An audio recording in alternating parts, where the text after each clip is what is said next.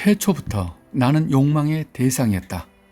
인간은 나를 태양에서 떨어진 살점이라며 나를 숭배하고 나를 갈망하고 나를 취하는 자도 많았다. 그러나 만족한 사람은 적고 깊은 탐욕의 늪에 빠져 들어간 사람은 더 많았다.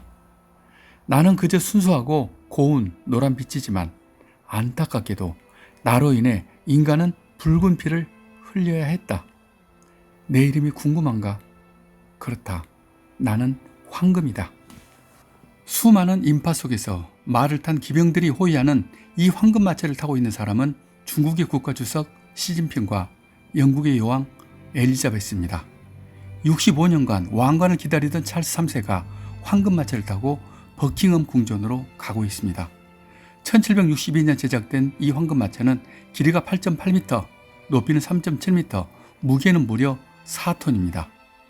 말 8마리가 끌어야 할 정도로 무거운 이 마차는 워터루 전쟁에서 사용된 총탄이나 영국을 상징하는 유물들의 황금을 입혀 만든 예술 작품입니다. 엘리자베스 여왕은 이 마차가 끔찍할 정도로 불편하다고 합니다. 고급 방탄 리무진도 있지만 중요한 국가 행사 때마다 이 마차를 굳이 타야 하는 이유는 무엇일까요? 또 언제부턴가 인간은 얼굴에 금을 바르고 음식에 금가루를 뿌리고 아예 술에 금가루를 타서 마시기도 합니다.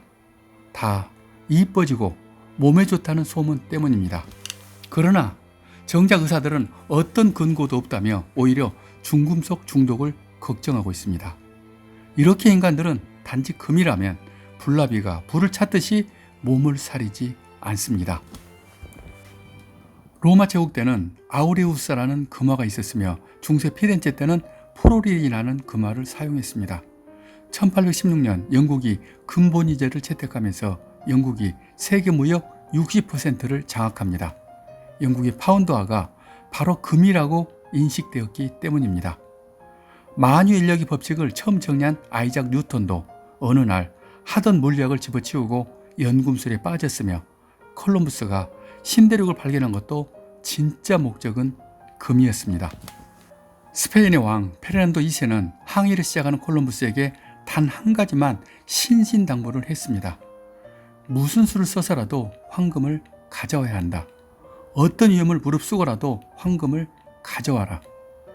콜럼버스의 목적은 단 하나, 오직 황금뿐이었습니다. 2차 세계대전에도 사람이 쓰러지면 살아있든 죽어있든 간에 금리부터 뽑아갔으며 홀로코스트, 시신을 화장하고도 제일 먼저 금리부터 빼 돌렸습니다. 오직 금을 캐겠다는 욕심으로 땅속으로 4km까지 파들어가 기네스북에 오른 금광이 있습니다. 60도씨까지 오른 지열을 파이프로 얼음물을 내려보내면서 금을 캐는 광산은 남아프리카 공화국에 있는 음포냉이라는 금광입니다.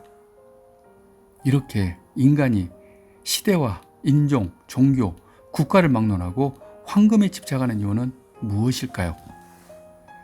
더 파워 오브 골드라는 책의 저자인 피터 번스타인은 그 이유를 아주 간단하게 정리했습니다. 금이 바로 부이고 권력이라는 것입니다. 이집트 파라오인 투탕카멘이 죽자 11kg의 황금 마스크를 만들어 무덤에 집어넣은 것도 금이 바로 권력이기 때문입니다. 우리나라 고려시대에 순금으로 그린 불화가 있듯이 세계 근현대 미술사에서도 금이 빠지지 않았습니다. 구스타프 크림트의 키스라는 불의의 명작에도 금을 사용했습니다. 금 세공사였던 아버지의 영향도 있지만 금으로 그림을 그려 자신보다 12살 어리고 자신보다 더 키가 크고 집안이 더 좋은 에밀리 프르게의 사랑을 받고 싶어 금을 쓴 것입니다. 시카고의 밀레니엄 게이트로 유명한 아니시카포의 황금 작업이 두 벽 사이 코너에 정확히 자리 잡고 있습니다. 제목도 골드 코너입니다. 로버트 라우젠버그의 골드 페인트라는 그림은 아예 금으로 덕지덕지 발라버렸습니다. 지금도 여전히 현역인 95세 할머니 쿠사마 야요이도 루이비통과 콜라보를 하기 직전 수십 개의 금 신발을 전시했습니다. 그리고 현대미술의 황제라는 제프 쿤스도 마이클 잭슨과 버블스라는 작품을 머리에서 발끝까지 금을 입혔습니다. 2006년 영국의 현대작가 마크 퀸은 이상 야릇한 포즈로 요가를 하는 슈퍼모델 케이스 모스를 진짜 50kg짜리 순금으로 만들었습니다. 영종도에 있는 파라다이스 호텔은 호텔 자체가 하나의 거대한 미술관입니다. 호텔 로비에 들어선 사람은 그 누구도 이 금빛 찬란한 날개 달린 황금말을 그냥 지나칠 수가 없습니다. 이 작품은 세계에서 가장 비싼 작가라는 데메너스트의 페가수스이고 작품의 이름도 황금의 전설, 골드 레전드입니다.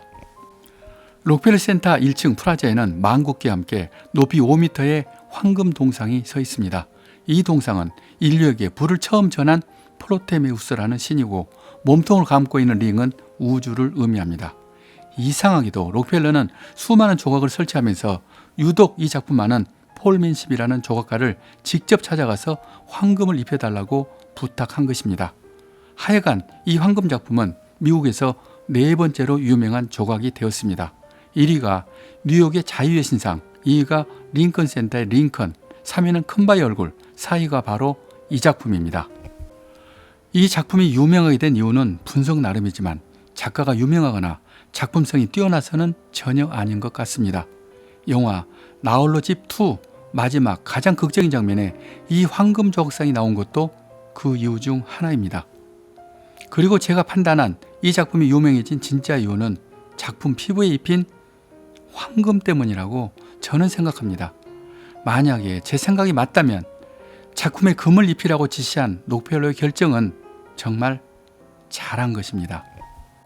지금까지 인간과 금, 금의 흔적, 역사, 그리고 금으로 만든 예술작품을 통해서 인간의 심리를 일부라도 알게 되었습니다. 확실히 금이 들어간 작품은 한 번 더 보게 되는 효과는 분명히 있는 것 같습니다. 이 영상을 만들면서 10년 전 금이 들어간 제 작품을 다시 찾아보게 됩니다. 그리고 벌써 금을 이용하는 이런저런 작업을 구상하고 있습니다. 앞으로 제가 금을 이용해서 어떤 작업을 하게 될지 저도 궁금합니다. 여기까지 저는 작가 이철이었습니다. 예술 제국의 길은 우리가 세계 정상으로 가는 가장 빠른 길입니다. 이 영상을 구독하시는 것은 그 길을 함께 가는 것입니다.